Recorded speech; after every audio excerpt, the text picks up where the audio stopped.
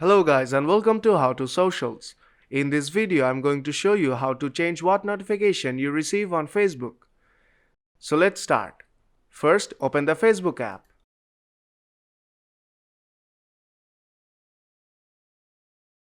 When the app is opened, tap on the three bars on top right corner. Scroll down to the bottom, tap on Settings and Privacy and go to Settings. Now scroll down to the Notification section.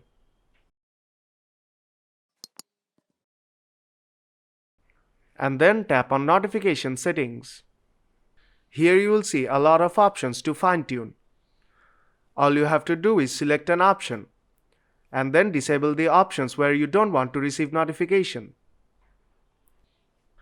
I am just disabling SMS and email notifications.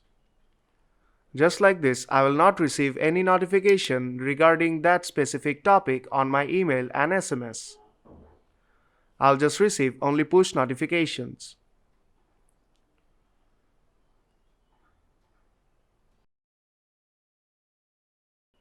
And if you scroll down to the bottom, you will see where you receive notification. And you can fine-tune it from here too. And that is how you can change what notification you receive on Facebook. So if this video helped you out, then don't forget to leave a like.